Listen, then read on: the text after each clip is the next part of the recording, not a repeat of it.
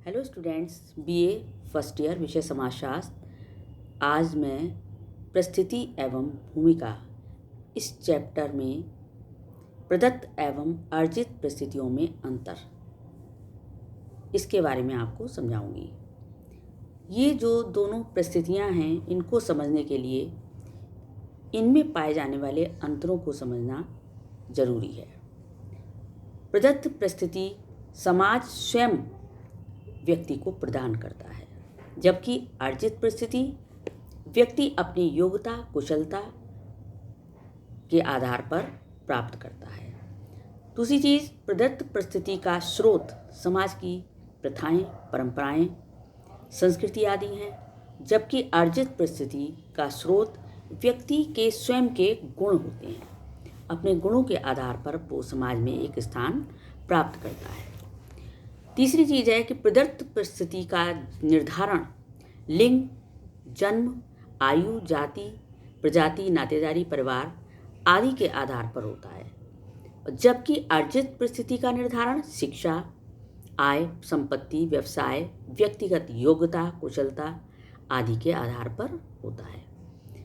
अगला है, प्रदत्त परिस्थिति के आधार अपेक्षाकृत स्थायी होते हैं, जबकि अर्जित परिस्थितियाँ बदलती रहती हैं, वो उतनी स्थायी नहीं होती हैं, क्योंकि जैसे जैसे योग्यता व्यक्ति की बढ़ती आती है वैसे वैसे उसका पद भी बढ़ सकता है। नेक्स्ट है कि प्रदत्त परिस्थितियों का आदिम परंपरागत समाजों में अधिक महत्व पाया जाता है, जबकि अर्जित परिस्थितियों का आधुनिक समाजों में अधिक महत्व है। इस तरीके से ये तो हुए आपके अंतर। अब आता है कि प्रदत्त एवं अर्जित परिस्थितियों में संबंध क्या है या इनका अलग अलग क्या महत्व है। सैद्धांतिक रूप से अगर देखा जाए तो प्रदत्त और अर्जित परिस्थितियां एक दूसरे की पूरक हैं, किंतु कार्यात्मक रूप में ये दोनों परस्पर पूरक हैं, और जबकि देखा जाए तो ये विरोधी भी हैं। यही कारण है कि प्रत्येक समाज में दोनों ही प्रकार की परिस्थितियां पाई जाती हैं। प्रदत्त परिस्थितियों का जीवन में पहला स्थान है। इनके द्वारा ही सांस्कृतिक विरासत एक पीढ़ी से दूसरी पीढ़ी को हस्तांतरित होती है, और इनके द्वारा उन व्यक्तियों का निर्धारण होता है जो किसी पद पर कार्य करेंगे।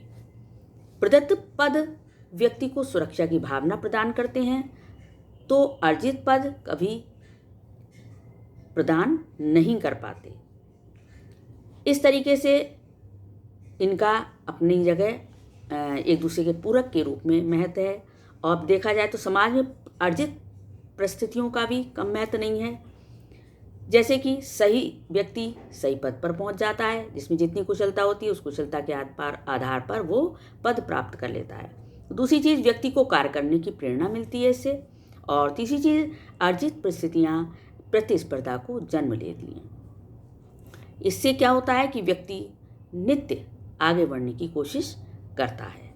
और इसके अलावा प्रदत्त परिस्थिति प्रधान समाज में व्यक्तित्व के विकास के अवसर कम होते हैं, जबकि अर्जित परिस्थिति प्रधान समाज में व्यक्तित्व के विकास के अनेक अवसर उपलब्ध होते हैं। तो इस तरीके से स्पष्ट होता है कि समाज में प्रदत्त और अर्जित परिस्थितियों का समान महत्व है, और प्रदत्त परिस्थिति के लिए कुछ अर्जित एवं अर्जित परिस्थिति के लिए कुछ प्रदत्त गुणों का होना अनिवार्य है। तो इस तरीके से ये आपका परिस्थिति के बारे में ये समाप्त होता है। अब आता है भूमिका। भूमिका किसे कहते हैं, उसका अर्थ, परिभाषा और उसकी विशेषताएं, ये मैं नेक्स्ट वीडियो में लूँगी। Thank you.